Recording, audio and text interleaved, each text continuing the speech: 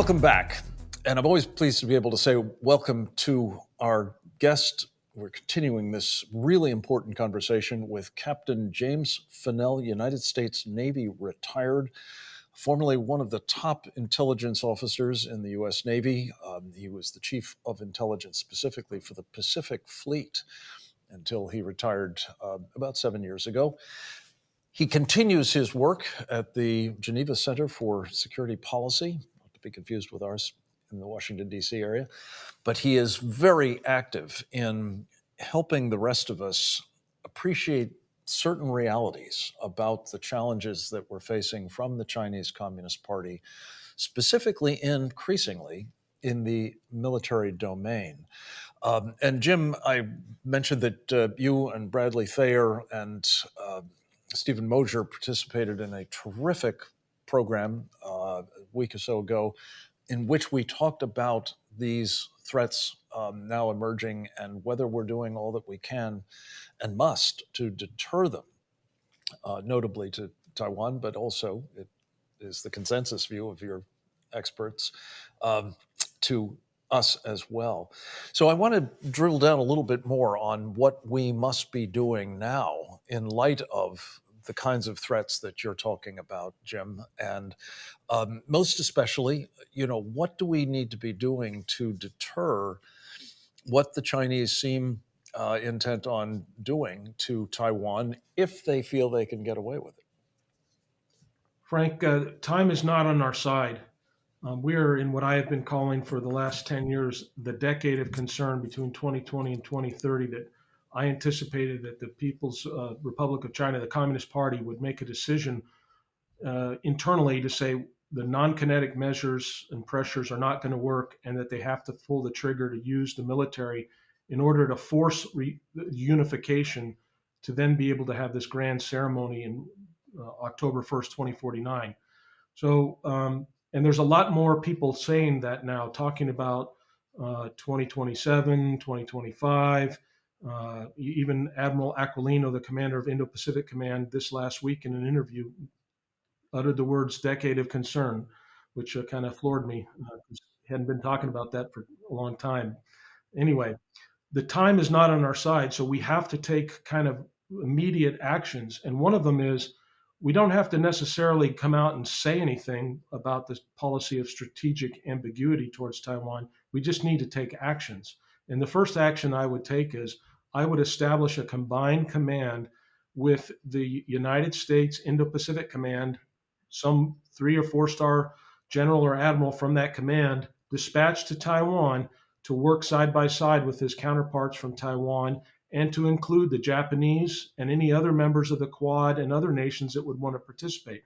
But we need an operational command center in Taipei or wherever it is in the island of Taiwan to be able to do what we do, for instance, in the Korean Peninsula with Combined Forces Command, where Americans and South Koreans sit shoulder to shoulder with other United Nations members as well, and operationally work together at not the strategic level, but at the operational and tactical levels of military operations, to where our soldiers, sailors, and airmen and Marines can operate together in the field, have common language, common command and control procedures, common strategies, defensive and offensive tactics, techniques, and procedures. That needs to be established in Taiwan. That's the first thing I would do. It doesn't cost anything except a couple of airplane tickets and political will. The other things that I would do is we've watched China build up and have what our U.S. Strategic Command Commander Admiral Richards called in this last year. China, the People's Republic of China, has had a nuclear breakout with 350 ICBM silos being built in central and western China. So China is building what they believe will be a nuclear blackmail capability to use essentially in their conquest to take Taiwan. We need to seriously consider putting nuclear weapons in Taiwan to make sure that Taiwan or the PRC and the Chinese Communist Party understands that any effort to take Taiwan would essentially be their responsibility for ratcheting up a nuclear conflict. That needs to be done.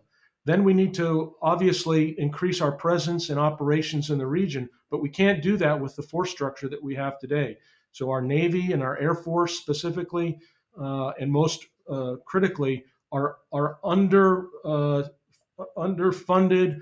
They don't have enough resources. They don't have enough platforms.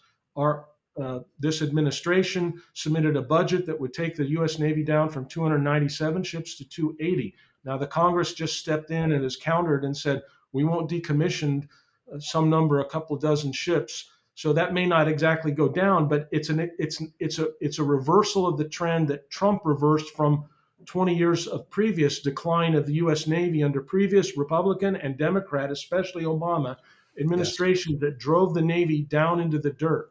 We need to Captain, reverse that, and yeah, that takes time. these are some sweeping recommendations. We'll be talking more about the nuclear deterrent piece of this with Dr. Peter Vincent Pry later in the program. But just staying with this idea of not further diminishing our capabilities. The Navy, as you know, has its sight set on making changes in its force structure so as to afford other equipment that they need to build for the future. Um, are we able to simply hold on to the assets that we currently have, some of which are providing, air defense, by the way, for our carrier battle groups, which, as you've indicated, are very much in the crosshairs, literally, of the Chinese missiles, and therefore we're in need of those capabilities all the more. But as a practical matter, do we have the option, Jim, of keeping in place assets that we currently certainly need and will arguably even more in the future? I think we have to consider that because constructing them and trying to say we're going to build new ships between now and 2030, when the likelihood of a conflict is the highest, Yeah. it's not going to work. I mean, I want to build a bigger Navy, but even if I gave them trillions of dollars today, we don't have the shipyards to be able to physically do it. So we have to take existing platforms, even commercial ships, and think creatively, think innovatively, and equip those ships to be able to operate in the region. The other thing we need to really do is, the Russian Navy isn't that much of a literal threat. It's a nuclear threat, and we have some assets that can watch those things. But we should be able to do what we said we were going to do in the Obama era, which was have a 60-40 split between in the U.S. Navy.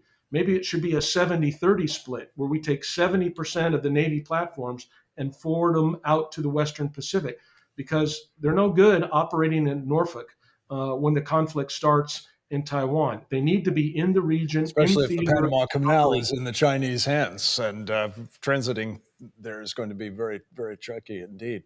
Um, Jim, we're almost out of time. I did just want to leave you with one thought. There's an argument being made that we need a commission to study what ails the United States Navy in order to get this fixed. This comes out of John Ferrari, I believe, at the American Enterprise Institute. Is that what's in order, or do we really know what ails the Navy and we just need to be about fixing it to have the kind of forward capability that we need at this moment? We've been studying ourselves since the wall came down in '91, and we've lost our way. We knew what to do in the Reagan era in the Cold War, and it was to fight and win wars at sea. We know that's the task at hand, and we're not doing anything to do that. And another high level blue ribbon commission in Washington, D.C., that will spend 2 or 3 years and millions of dollars and come out with a study that's got 1,000 footnotes and a bunch of recommendations is just going to give China that much more time to take Taiwan. We Right. need to And act now. We know what to do. there's the point. Thank you for being so clear eyed about what we need to do. Captain James Fanell, we value so much your appearances at this program and, of course, our work together on the Committee on the Present Danger China. Thank you. And I commend to all of our listeners presentdangerchina.org to see the terrific webinar that Jim Fanell participated in last week. It's really required viewing. Godspeed, my friend. Keep coming back to us with updates on all of this. In the meantime, stay well. Next up, we'll speak with Bill Walton about funding China, among other mistakes we're making, right after this.